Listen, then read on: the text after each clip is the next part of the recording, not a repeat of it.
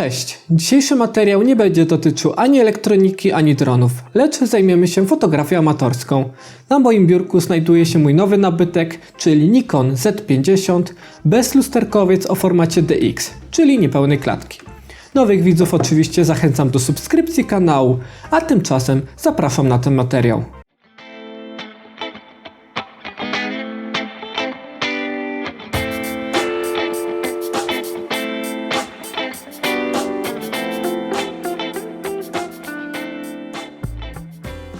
Nikon Z50 jest całkiem nowym aparatem. Jest on bratem Nikona Z6 i Z7, które są aparatami pełnoklatkowymi. Cała seria Z niedawno pojawiła się na rynku, ponieważ wcześniej Nikon zajmował się tylko i wyłącznie luszczankami.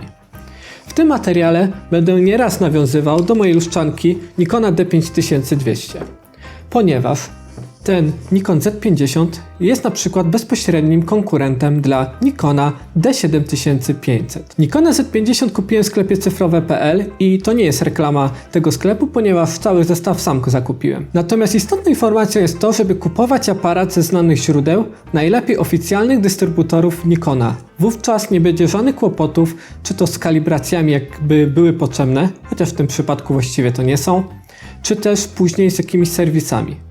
Odradzałbym też kupować w wielkoformatowych sklepach ze sprzętem elektronicznym. Tak jak wspomniałem, ten bezlusterkowiec jest pierwszym aparatem w formacie APS-C.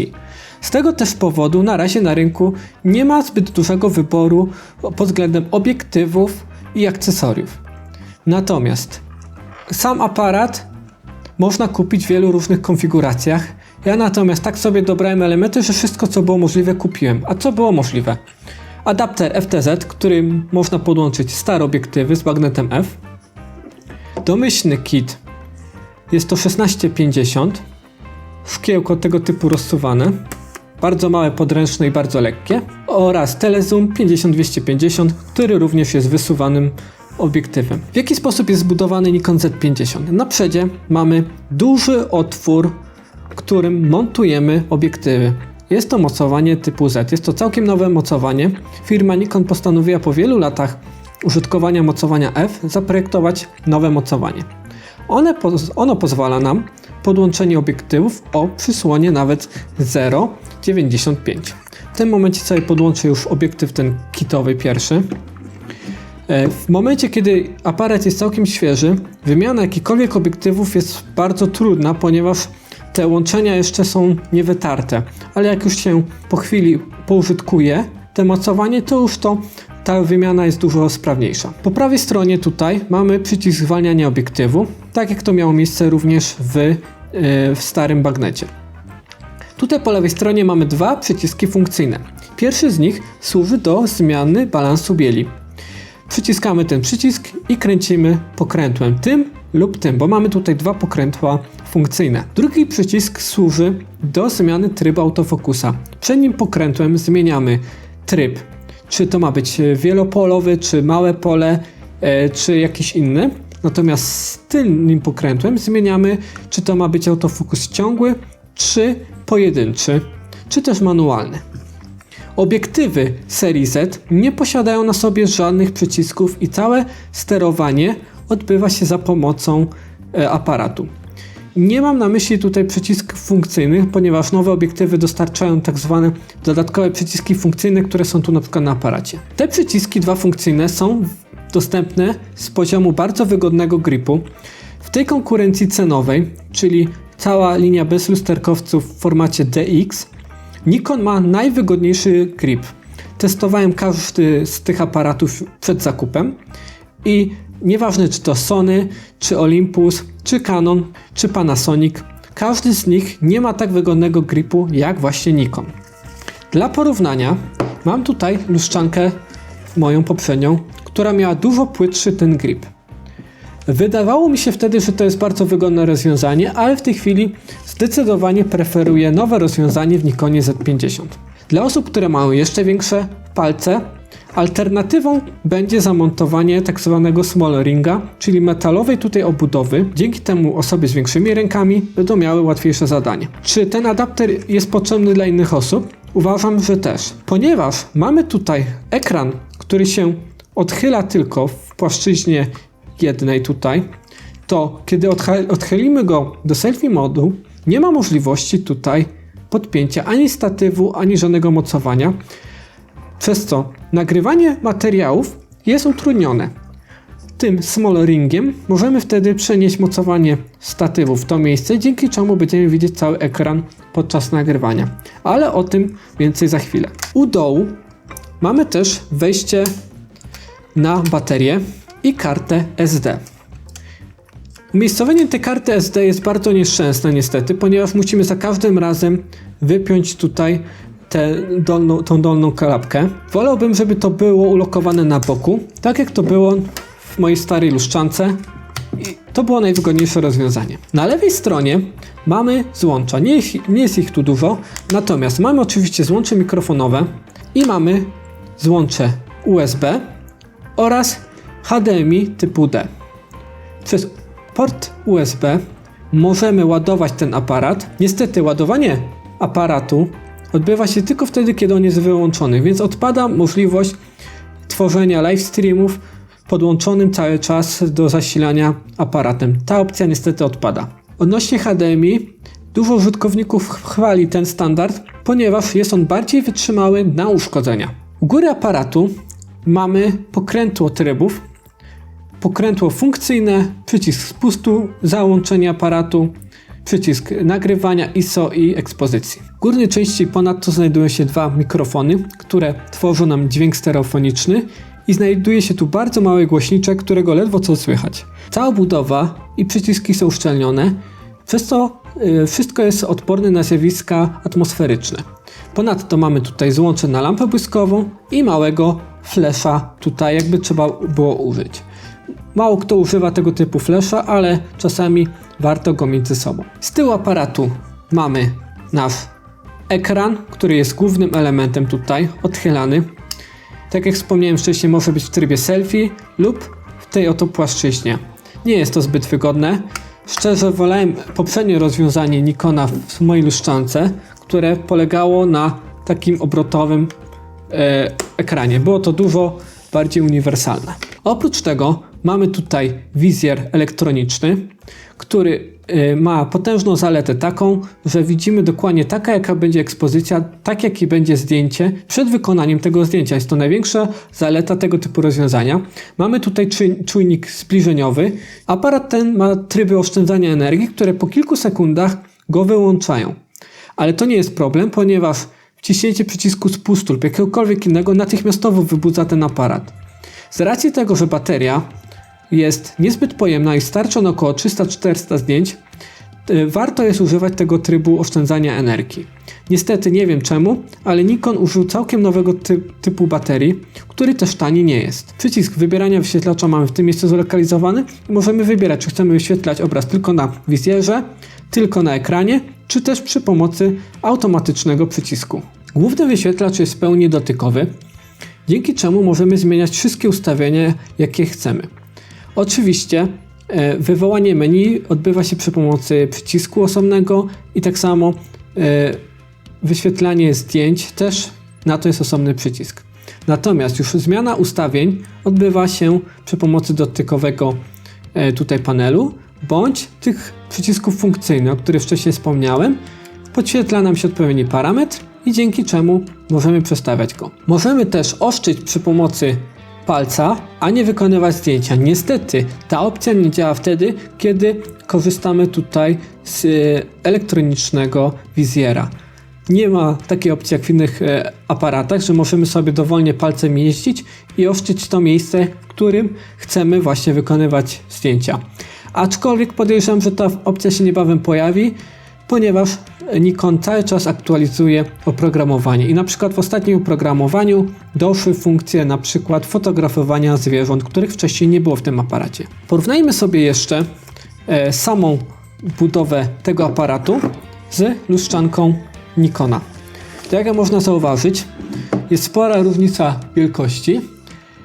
Też ten aparat jest dużo lżejszy, nawet z obiektywem jest lżejszy niż sama lustrzanka. Istotną wadą całego korpusu jest brak stabilizacji i brak systemu czyszczenia matrycy. O tym trzeba pamiętać kupując ten aparat, ponieważ stabilizację mamy tylko w obiektywach, a system czyszczenia matrycy nie istnieje, więc musimy się wyposażyć w odpowiedni zestaw narzędzi do tego.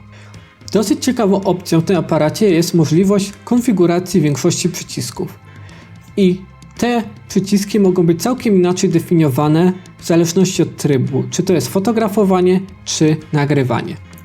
Wcześniej nie wspomniałem, że wybór trybu znajduje się także tutaj przy pomocy tego oto suwaka, dzięki czemu możemy prosto zmieniać, czy chcemy fotografować, czy nagrywać wideo. Powiedzmy w tej chwili kilka słów na temat oprogramowania, które znajduje się w aparacie. Wszyscy ci użytkownicy, którzy wcześniej korzystali z Nikona, bezproblemowo się odnajdą w tym aparacie, ponieważ menu jest identyczne także z taką luszczanką starą jak Nikon D5200, który pochodzi z roku 2012.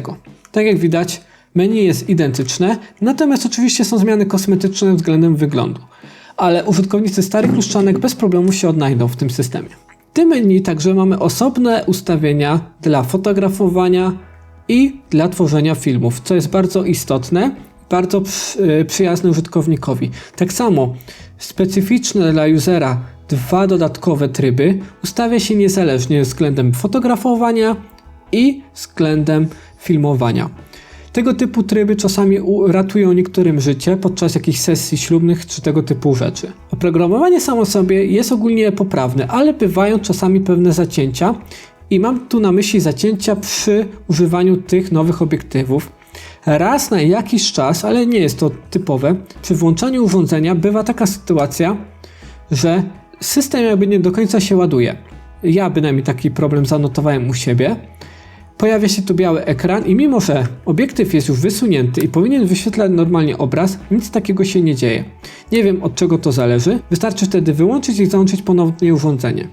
Tak samo ciekawym zjawiskiem jest to, kiedy aparat jest tuż przed wygaszeniem całkowitym, czyli ekran zaczyna już przygaszać. Kiedy spojrzymy w wizjer, cały nasz obraz jest klatkowany. Wystarczy wtedy delikatnie wcisnąć spust i od razu nam się robi ten obraz jaśniejszy w wizjerze i normalnie jest odświeżany. Pewnie to jest już pośredni tryb oszczędzania energii. To, co mnie ostatnio bardzo denerwuje, to oprogramowanie jest to, jeżeli ustawimy sobie na przykład fotografowanie z opóźnieniem, co każde zdjęcie będzie działało bezproblemowo. Ale kiedy aparat zaśnie, co za chwilę pewnie nastąpi, to kiedy go wybudzimy, ta opcja zostanie zdezaktywowana. To jest jeden z przykładów. Jest więcej takich opcji, które w ten sposób się zachowują i nie rozumiem trochę podejścia Nikona i pewnie to jest jakiś bug w oprogramowaniu. Tak samo bywają problemy z przeglądaniem tutaj zdjęć i czasami wpadamy w taki korkociąg, że musimy podejrzeć szybko zdjęcia i ono na przykład jest bardzo przybliżone. I nie da się prosto go oddalić jednym przyciskiem OK, gdzie zazwyczaj tak powinno to działać, a trzeba kombinować z tą lupą i kilka razy naciskać, ani nie ma żadnego skrótu, który natychmiastowo oddala to zdjęcie. Ostatnią kwestią, która jest kontrowersyjna jak dla mnie, to jest działanie tutaj tej aplikacji SnapBridge do komunikacji tego aparatu z telefonem. Aplikacja służy do zdalnego sterowania i pobierania zdjęć z tego aparatu. Niestety ta aplikacja działa bardzo losowo. Raz się uda połączyć, raz nie. Raz Live View działa akceptowalnym opóźnieniem, czyli mamy kilka klatek na sekundę, a czasami klikniemy zrób zdjęcie i czekamy minutę, żeby zrobiło zdjęcie. Nie wiem, od czego to zależy, dlaczego tak jest. Bywa to problematyczne. W tym momencie aparat się wyłączył. Wystarczy wcisnąć do połowy spust migawki. On się uruchomił, ale tak jak widać wyłączył opóźnienie, co jest bardzo irytujące i tak niektóre ustawienia tutaj niestety działają. Przejdźmy zatem w tej chwili do tego, do czego został stworzony ten aparat, czyli do fotografowania. Największą zaletą tego aparatu jest hybrydowy autofokus. Składa on się z dwóch elementów. Jest to detekcja fazy, znana z luszczanek, i detekcja kontrastu. W luszczankach detekcja fazy zawsze odbywa się w normalnym trybie i w ten sposób jest oszczone każde zdjęcie. Natomiast kiedy przełączymy luszczankę w Live View, wtedy oszczy nam przy pomocy detekcji kontrastu. Każdy, kto więcej robił zdjęć, wie o tym, że detekcja fazy jest bardzo dokładna i szybka, ale lubi się rozkalibrowywać. W przypadku Nikona D5200, który nie miał w sobie wbudowanego mikrokalibrowania obiektywów, niestety jedyną słuszną metodą co jakiś czas było odsyłanie całego body z obiektywami, co po pierwsze kosztuje, a po drugie nie jest wieczne. I w mojej starej luszczance zawsze miałem problem z ostrymi zdjęciami, bo często były nietrafione. W tym przypadku takiego problemu nie ma. Jest wbudowane owszem menu do mikrokalibracji obiektywów, ale właściwie go nie trzeba korzystać. Dlaczego? Aparat ten wstępnie oszczy przy pomocy detekcji fazy. Czujniki te zostały wbudowane w matryce. Natomiast dokładna kalibracja odbywa się przy pomocy detekcji kontrastu. Dzięki temu mamy bardzo szybki autofokus oraz bardzo dokładny. W przypadku luszczanek, kiedy korzystaliśmy z detekcji kontrastu, szczególnie w Nikonie, było takie zjawisko jak szukania ostrości. Aparat najpierw wędrował w jedną stronę, potem w drugą. I nie dało się w ten sposób nagrywać na automatycznym autofokusie żadnego filmu. Tutaj tego problemu nie ma, bo detekcja fazy wstępnie określa autofokusowi kierunek, w który ma podążać, a tylko mikrokalibracja detekcji kontrastu dostarają bardzo dokładnie obiektywy. Jak bardzo to dokładne jest? Nieważne jaki obiektyw podepniemy, czy to będzie obiektyw z systemu Z, czy to będzie obiektyw systemu F przez podłączony adapter. O tym adapterze nagram osobny materiał, w którym potestuję moje stare szkiełka. Ale nieważne jaki obiektyw wepniemy, czy on jest rozstrojony czy nie, ten autofokus zawsze nam wyostrzy bardzo dobrze zdjęcie. I jak poprzednio w przypadku luszczanki miałem trafność zdjęć na poziomie około 30-40% ostrych, tak w przypadku tego aparatu ten wskaźnik wynosi ponad 90-95%, więc to jest spora różnica, jeżeli chodzi o pracę autofokusa. On czasami potrafi zabłądzić, szczególnie w trybie pełni automatycznym, ale w 95% przypadkach działa on perfekcyjnie.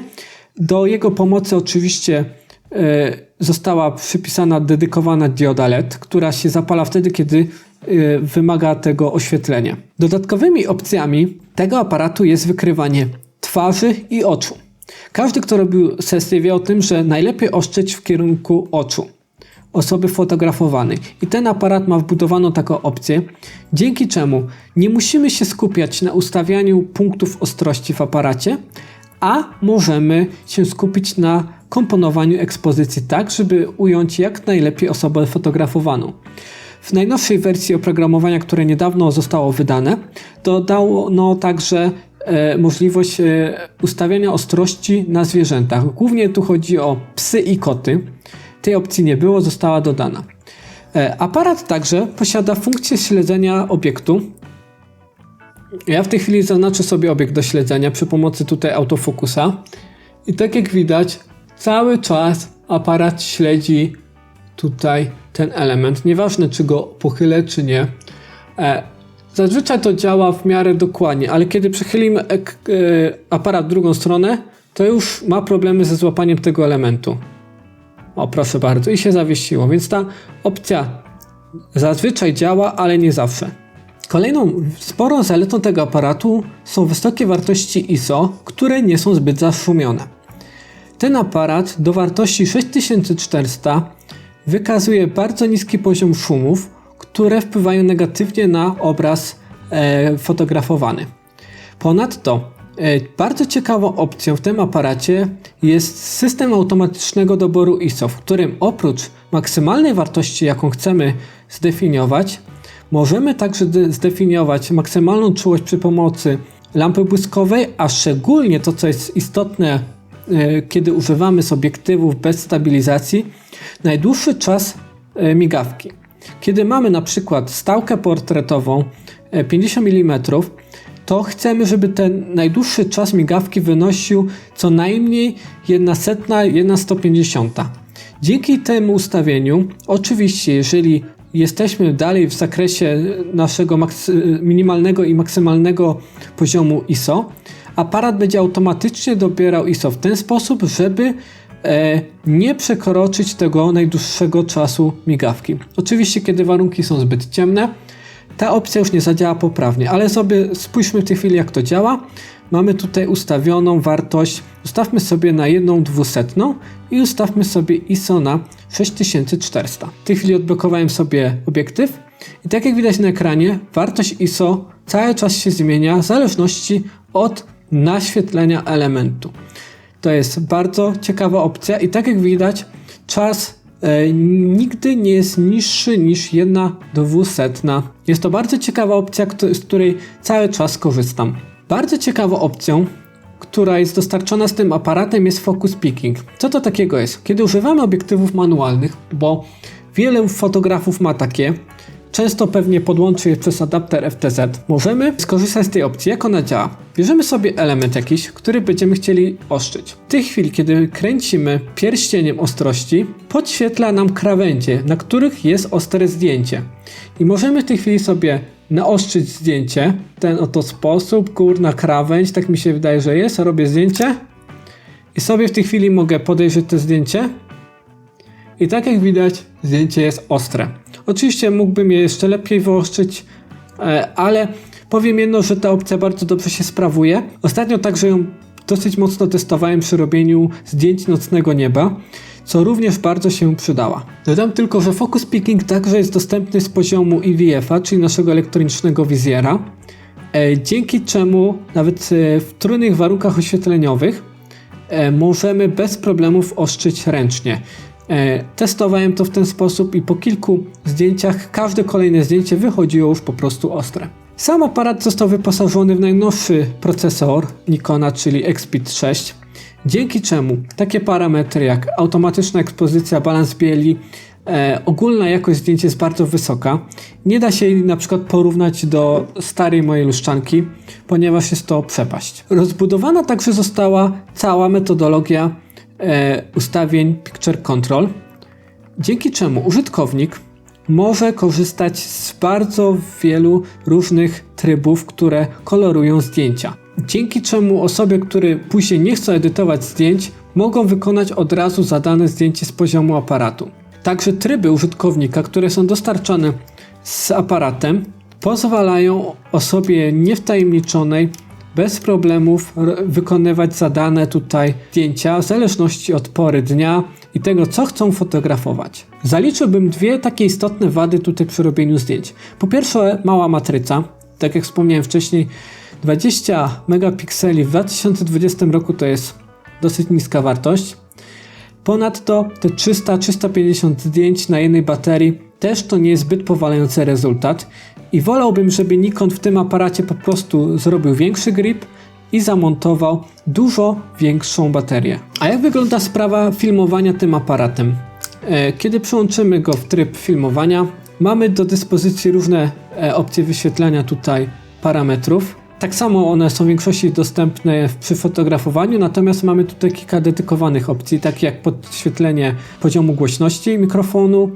Możemy tutaj też wybrać z tego poziomu tutaj literki i czy chcemy mieć automatyczny poziom mikrofonu, czy jednak ręcznie skonfigurować go i także możemy tutaj dodać elektroniczną stabilizację, redukcję szumu wiatru i są także inne opcje. W jakich trybach możemy tutaj nagrywać? Możemy nagrywać oczywiście w 4K. Mamy tutaj trzy typy klatek dostępnych, 30, 25, 24.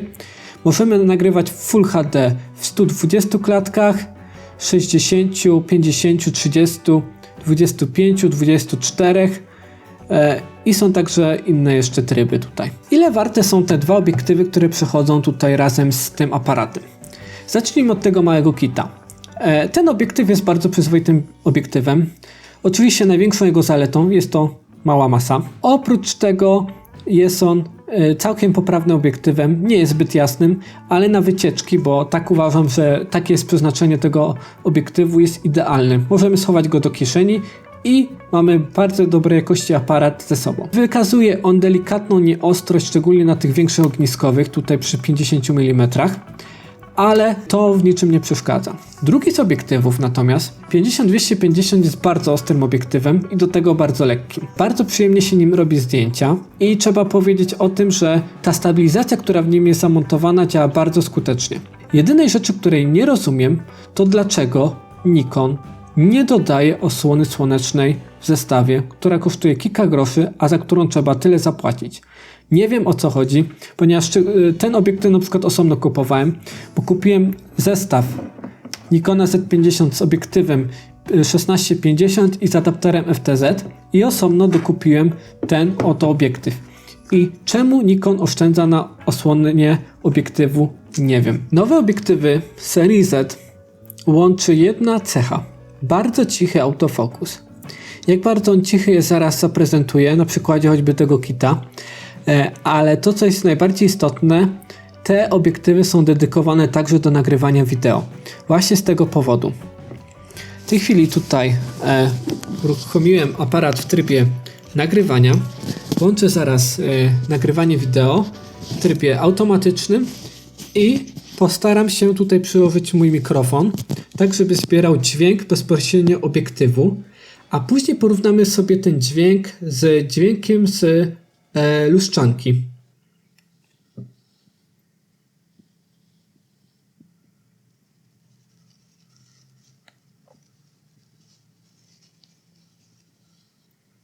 Tak jak mogliście usłyszeć, nie było w tej chwili żadnego dźwięku, dlatego w tej chwili sobie tutaj wystawię moją lustrzankę i wykonam analogiczny test na mojej lustrzance. Akurat tu mam podpiętą Sigmę, ale nieważne, czy to jest ta Sigma, czy oryginalne Nikory, one także głośno oszczęły. Zatem uruchamiamy sobie nagrywanie i zaraz usłyszycie, jaka jest różnica.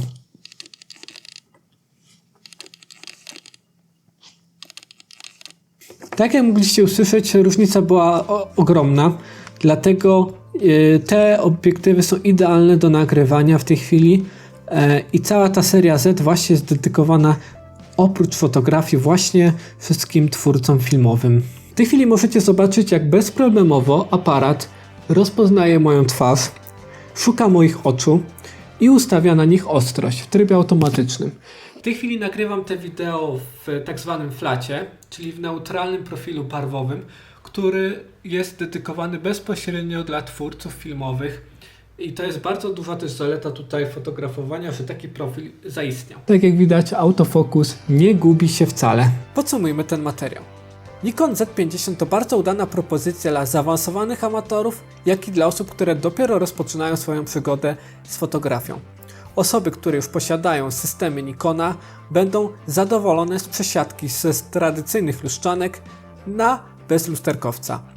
Bardzo dokładny i szybki autofokus, wysokie wartości ISO to są dwie rzeczy, które mnie zdecydowanie przekonały do tego modelu.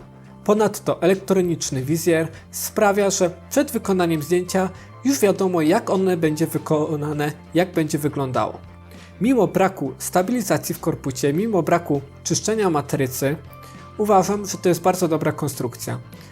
W przyszłości mam nadzieję, że Nikon poprawi wartości czasu działania pracy na baterii i że same baterie będą tańsze, ponieważ w tej chwili kosztują około 300 zł. Ten materiał w tej chwili nagrywam przy użyciu Nikona Z50 w neutralnym profilu barwowym oraz podłączonym do niego zewnętrznym mikrofonem. Zatem jeżeli spodobał Ci się ten materiał, oczywiście kliknij łapkę w górę, subskrybuj kanał, kliknij w dzwoneczek, a niebawem pojawią się inne materiały, także na temat Nikona Z50 razem z adapterem FTZ i popularnymi szkiełkami na bagnet F. Dziękuję za uwagę i pozdrawiam.